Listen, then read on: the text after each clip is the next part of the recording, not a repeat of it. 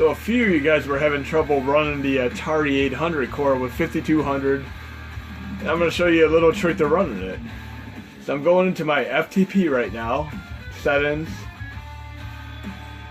Sorry, I'm going into tools, have an FTP server on. And generally how I will do it is I open up FTP client. And this will give you the exact IP address you gotta type in, which is basically revert right back to, it's a pretty much a cycle right back to your own computer. So I'm gonna copy this.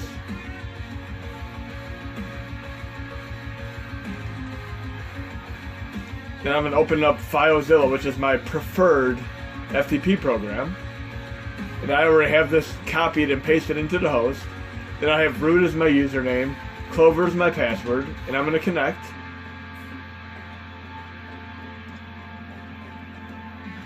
Then I'm going to go to where the configuration files are, which should be etc. libretto. And then there's an Atari 800 configuration file here.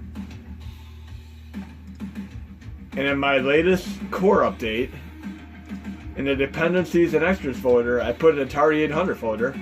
I have an Atari configuration file here. What you're going to want to do is basically overwrite this file right here, and I have it right here, into the actual SNES Classic directory, the etc. libretto file. Let it overwrite completely. And once that's overwritten, you can go into the SNES Classic and you should be able to play 5200 and Atari 800. And I'll do a quick test of both to show that this succeeded. And within Hackshi, you're going to need two specific things installed to run this. You're going to need the BIOS for Atari 800, and I have the BIOS for 5200 and 800 systems there. And then you're going to need the actual Atari 800 core. So you install both of those two, along with the RetroArch, you'll be okay. But I'm going to switch over to the SNES Classic, and we'll do a quick test of the 5200 and the 800 to make sure it works. And as of right now, it works best on 2.21e for Hackshi. 2.21f had a couple issues as far as reading the BIOS. So I'd recommend, if you do have issues, use the FTP method that I just showed you, or you could use 2.21e. In any case, you're going to have to use the FTP to do the 800. Because as of right now, I'm going to have to write the script in so that it'll detect the BIOS for the 800. But the 5200 BIOS are detecting just fine within 2.21e. So we're going to test out a 5200 game here.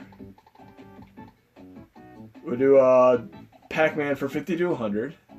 And the first thing you want to do is open up RetroArch Options, go to Quick Menu, Options, and I'm choosing 5200 as my Atari system. And then I'm going to back out, click Resume.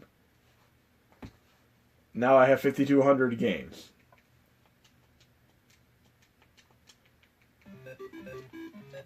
Then I'm going to do an Atari 800 test next. So this is running fine. I'm going to exit back to the main GUI. Now we're going to load Atari 800 Donkey Kong. I'm going to do the same thing. I'm going to open up the RetroArch Options. Quick Menu. Options. My Atari system is going to change to the Atari 400/800. And by moving that configuration file over via FTP, you will now have the ability to play games through this Atari system.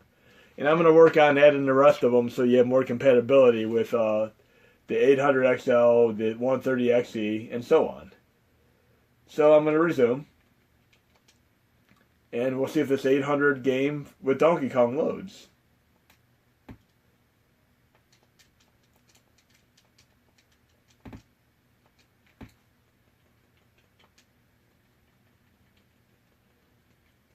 Of course, I have to change it to 400/800 here.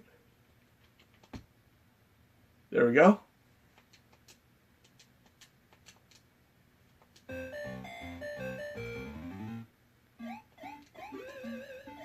So we're running Atari 800 using the Atari 800 core. So hope you enjoyed the video and hope this helps you out.